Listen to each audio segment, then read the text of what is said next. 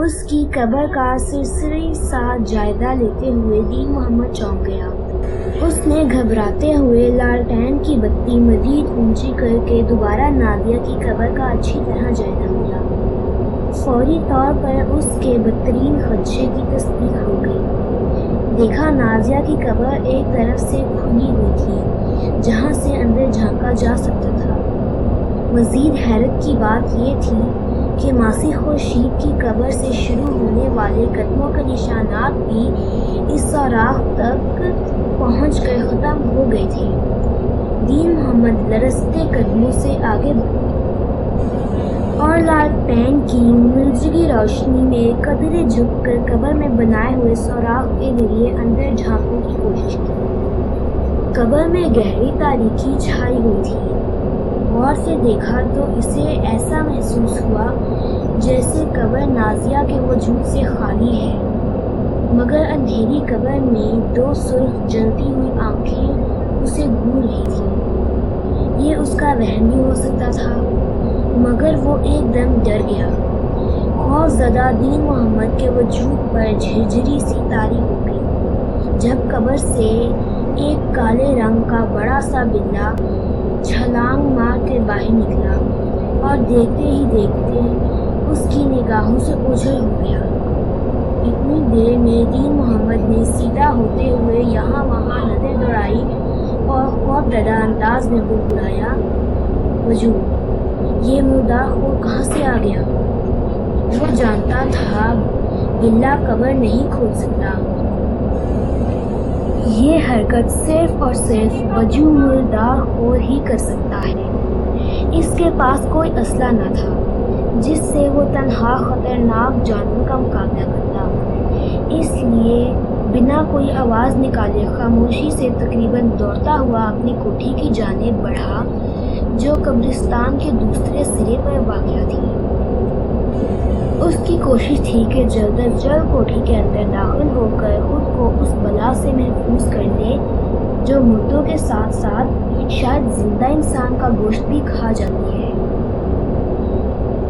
صبح سورج نکلتے ہی پورے گاؤں میں وجو کی آمد کی خبر جنگل میں آگ کی طرح پھیل گئی جس نے ہر شخص کو خوفزدہ کر دیا۔ علی احمد فجر کی نماز پڑھ کے معمول کے مطابق اپنی بیٹی کی قبر پر فاتحہ خوانی کرنے گیا تو نازیہ کی کھلی قبر بہت سی کہانیاں سنا رہی تھی۔ یہ دیکھ کر پورا گاؤں دہشت زدہ ہو گیا۔ شام تک گاؤں کے جوان اسلحہ لے کر آس پاس کے جنگلات میں وجو کی تلاش کرتے رہے مگر بے سود۔ آخر کار رات گئے سب تلاش میں ناکام ہو کر گھر لوٹ آئے مگر کسی کو وجو نظر نہ آیا، مگر اس کا خوف قریبی گاؤں تک پھیل گیا، یہاں تک کہ اس رات کے بعد گاؤں والوں نے اپنا ڈھول ڈنگر بھی کھلے سے ہی یا باہر گلی میں باندھنا چھوڑ دیا۔ انہیں خدشہ تھا وجو رات کے کسی پہر آ کر جانور کو نقصان پہنچا دے گا۔ غرض وجو کی دہشت نے آنن فانن پورے گاؤں کو اپنی لپیٹ میں لے لیا اور اس کے متعلق مختلف طرح کی کہانیاں گاؤں میں گردش کرنے لگیں۔ گاؤں میں باہر سے آنے والے مسافر رات دیر سے آتے ہوئے ڈرنے لگے۔ سب کی کوشش ہوتی مغرب سے پہلے اپنے گھر واپس چلے جائیں۔ بس اسٹاپ اور اسٹیشن روز رات مغرب کے بعد ویران نظر آتے۔ عشاء کی نماز میں نمازیوں کی تعداد مزید گھٹ گئی۔ کچھ لوگوں کے لیے حیرت کی بات یہ تھی کہ قبرستان میں ہمیشہ عورت کی تازہ قبر کھلی ملتی اور اس کی بے گور و کفن لاش دکھائی دیتی۔ وجو نے اب تک کسی مردہ مرد کو نقصان نہ پہنچایا تھا۔ اس بات پر گاؤں کے سیدھے سادے اور دیہاتی لوگوں نے کوئی توجہ نہیں دی۔ صوبیہ شہر کے ایک بڑے ہسپتال میں نرس تھی۔ اس کی بوڑھی اور تنہا ماں گاؤں میں رہتی تھی۔ 28 سالہ خوبصورت صوبیہ 8 سال قبل شادی ہو کر شہر آ رہی تھی۔ 2 سال پہلے اس کا شوہر ایک حادثے میں فوت ہو گیا تو وہ اپنے بچے اور بوڑھی ساس کو پالنے کے لیے اسے اسپتال میں نوکری کرنا پڑی۔ یادوں کے ساتھ ساتھ اسے اپنی ماں کی فکر رہتی تھی، جس سے ملنے کو مہینے کی آخر کا ایک گاؤں ضرور جاتی تھی۔ ایسے ہی سوریا کی ساس گھر پر اس کے بچے سنبھال لیتی۔ آج بھی 28 تاریخ تھی۔ وہ صبح گھر سے اس کے ساتھ آتے ہوئے بتا کر آئی تھی کہ چھٹی ہو کر وہ نکل جائے گی۔ وہ اپنے ضروری سامان کے ساتھ لائی تھی، لیکن اتفاق کی بات آج اسپتال میں تبدیلی زیادہ ہوئی، جنہوں نے بتاتے ہوئے کافی وقت لگ گیا۔ سوریا کو اسپتال سے نکل کر بس اسٹاپ پر جاتے جاتے دوپہر کے 3 بج گئے۔ گاؤں جانے والی جو بس تیار ہوئی تھی اس میں کوئی سیٹ نہ تھی۔ ابھی بس نے 2 گھنٹے بعد روانہ ہونا تھا۔ سوریا کی مجبوری تھی کہ وہ ٹکٹ خرید کر انتظار گاہ میں بیٹھ بس کی روانگی کا انتظار ہی کرے، کیونکہ وہ اسپتال سے بھی 2 دن کی چھٹی پہ آئی تھی۔ اس نے ایسا ہی کیا، ٹکٹ لے کر انتظار گاہ میں جا گئی۔ 2 گھنٹے انتظار کے بعد آخرکار 5:10 پر اس کی بس گاؤں جانے کے لیے روانہ ہوئی۔ سوریا نے دن میں حساب لگایا کہ اگر بس مناسب رفتار سے اپنا سفر طے کرتی ہے تو رات 10 بجے تک گاؤں کے بس اسٹاپ پر پہنچ جاتی، جہاں سے چنچی کے ذریعے اسے اپنے گھر جانا تھا۔ ویسے تو اس کا گھر 7 سے 20 منٹ کے پیدل مسافت پر تھا، وہ بھی اتنی رات گئے تنہا عورت کا پیدل گاؤں کی طرف جانا درست نہ تھا۔ وہ موسم بھی خراب نظر آ رہا تھا۔ راستے بھر مسلسل رنگ جھنگ کا عمل جاری رہا۔ ایسے میں اسے خیال آیا اگر بارش کی وجہ سے اسٹاپ پر کوئی چنچی نہ ہوئی تو وہ گھر کس طرح جائے گی۔ انہیں سلسلے میں گھٹنوں تقریباً 10:30 بجے اپنے گاؤں کے بس اسٹاپ تک پہنچے، جہاں بارش کی جلد ہو جاری تھی۔ اس نے سردی کی شدت میں اضافہ کر دیا تھا۔ سوریا نے دیکھا بس اسٹاپ بالکل خالی پڑا تھا۔ اتنی دور تک کوئی چنچی رکشا دکھائی نہ دیا، جس کی وجہ سے وہ بارش نہیں سمجھی، ورنہ عام طور پر آخر بس کے آنے تک سواری کے انتظار میں رکشے اسٹاپ پر کھڑے ہوتے تھے۔ سوریا نے دیکھا کہ اس کے ہاتھ آنے والے 2 مرد مسافر پیدل تو انہیں سمت کو نکلے، جبکہ کچھ قدیمیں ان کے گھر سے سواریاں آئی ہوئی تھیں۔ سوریا نے کچھ دیر وہاں کھڑے ہو کر کسی سواری کا انتظار کیا، مگر کوئی فائدہ نہ ہوا۔ اگلے چند لمحوں میں صاف کسی انسانی وجود سے بھی خالی نظر آنے لگا۔ وہ سمجھ گئی کہ آج یہاں کوئی بھی چنچی نہیں، صبح سویرے سے قبل آنے والی نہیں ہے، اس لیے بہتر تھا پیدل ہی گھر کی سمت روانہ ہو جاتی۔ یہ سوچ کر وہ اپنا بیگ اٹھائے دھیرے دھیرے آگے بڑھنے لگی۔ آہستہ آہستہ چلتی گاؤں کی طرف جانے والی چھوٹی سی سڑک کی جانب بڑھ گئی، جس کے ایک سرے پر وہ پرانا قبرستان تھا۔ آج صبح ہی گاؤں کے چوکوں میں تھی، تیسری آنکھ کم ہو گئی تھی، روشنی پرانے بیچ بھی فوت ہو گئی۔ اس کی تقسیم ساتھ ہی وجہ کو خوف کر چہرے کو چھائی۔ چوکوں نے رکھنے میں اندر کی لاش کو بے سے بچانے کے لیے 3 دن اور رات قبر پر اسلحہ بردار جوانوں کا پہرا بٹھا دیا تاکہ قبر کی مٹی خشک ہوتے ہی اسے تحقیق کر محفوظ کیا جائے۔ اس وقت رات کے سمے بارش سے بچنے کے لیے وہ تینوں جوان اپنے قدموں سے بندوقیں لٹکائے ایک کمرے حجرے میں بیٹھے تاش کھیلنے کے ساتھ کچھ شراب بھی پی رہے تھے۔ یہ حجرہ ایسی جگہ واقع تھا جہاں سے انہیں قبرستان کی روشن روشنی میں چودھانی کی تازہ تمکی دکھائی دیتی۔ اس وقت جب تینوں شراب کے نشے میں مدہوش ہو چکے تھے، ان میں سے ایک کی نگاہ اچانک اس لڑکی پر پڑی جس کی خوبصورتی اندھیروں میں چکرا رہی تھی۔ لڑکی کو کہ وہ جوان کی جگہ صاف چلی گئی۔ سوریا بیگ اٹھائے آہستہ آہستہ پگڈنڈی پر چل رہی تھی، جو 10-15 منٹ بعد اس کے گھر کے دروازے پر ختم ہوتی تھی، مگر مسلسل برستی بارش نے اچھی سڑک کو گیلا کر دیا تھا۔ اس بار سوریا کو قلم اٹھانے میں مشکل پیش آ رہی تھی کہ اچانک تیز بجلی چلی۔ اس کی نگاہ سامنے پاکستان میں تھی۔ بجلی کی روشنی میں پاکستان میں اس پر ایسی ہیبت طاری تھی کہ وہ خوف زدہ ہو کر ایک بڑے درخت کے نیچے کھڑی ہوئی۔ اسے سمجھ نہ آیا کہ وہ کیا کرے۔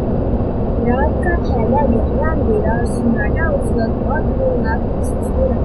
ایسے میں چار سو تاری خاموشی نے اس کے جسم سے جان نکال دی تھی، یہاں تک کہ اس کے قدموں نے آگے بڑھنے سے انکار کر دیا۔ ایسا نہ تھا کہ وہ کوئی ڈر نہیں رہتی تھی، بلکہ اسپتال کی نرس ہونے کے ناطے وہ مردہ خانوں میں موجود بے جان جسم رات کے اندھیرے میں بھی ہاتھ لگا کر ایک سے دوسری جگہ منتقل کر چکی تھی۔ اسے مردوں سے بھی خوف محسوس نہ ہوا تھا۔ اگر وہ ڈرتی تھی تو زندہ انسانوں سے، مردے تو اس کے نزدیک خود قابل رحم اور دوسروں کے محتاج تھے۔ بلا وقت کو کیا نقصان پہنچا سکتی تھی۔ بارش پہلے سے تیز ہو گئی تھی۔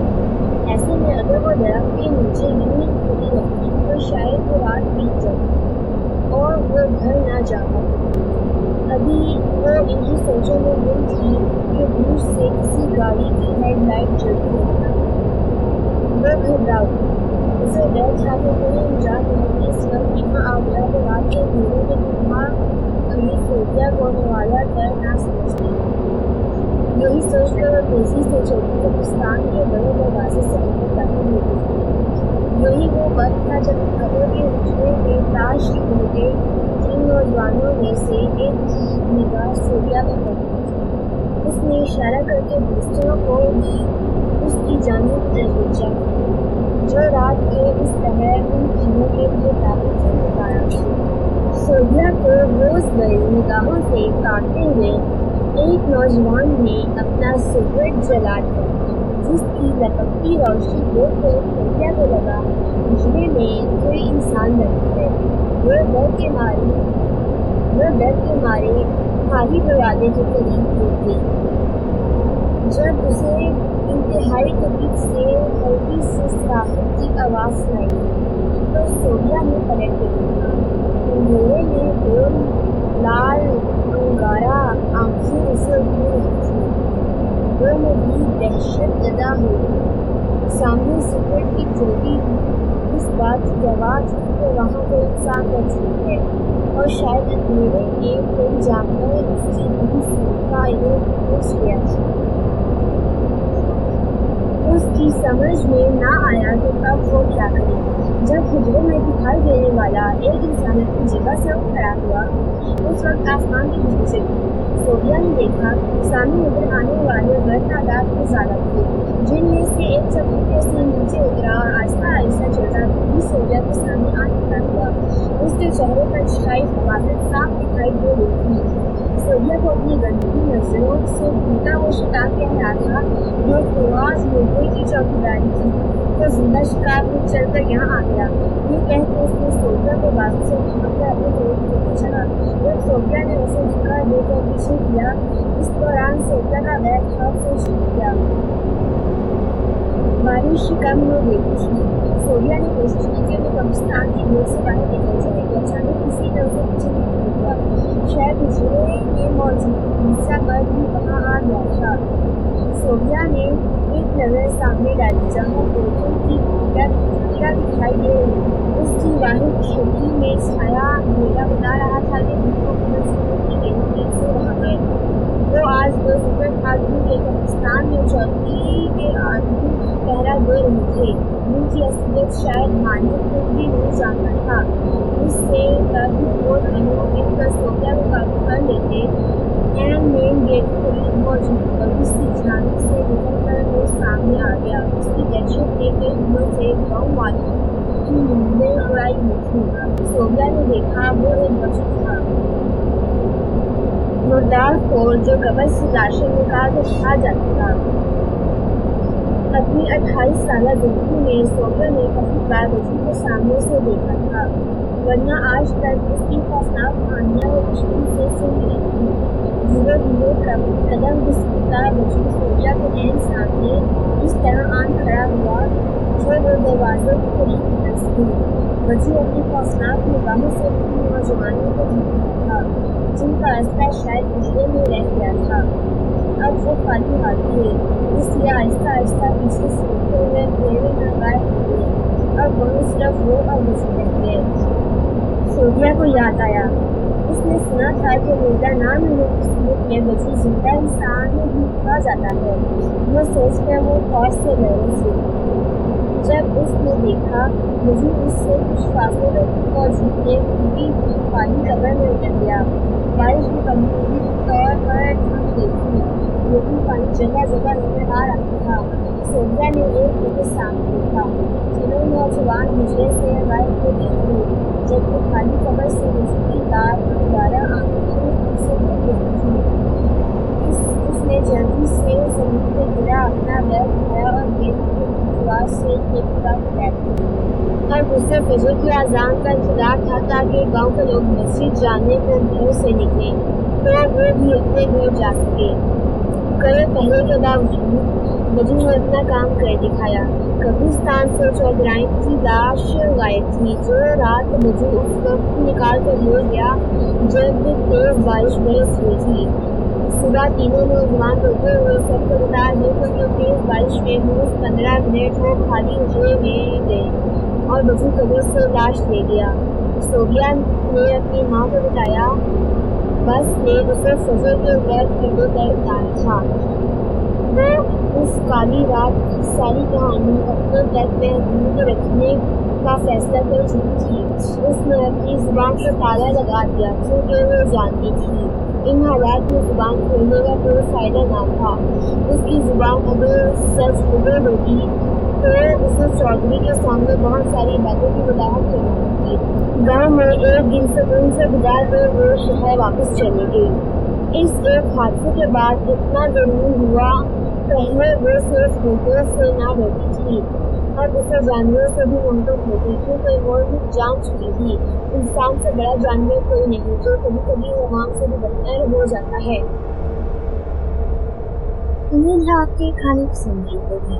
ویڈیو کو لائک کر کے چینل کو سبسکرائب کر دینا اور ساتھ ہی بیل آئکن کو پریس کر دینا تاکہ میری آنے والی اگلی دلچسپ کہانی آپ تک پہنچ سکے۔ خدا حافظ۔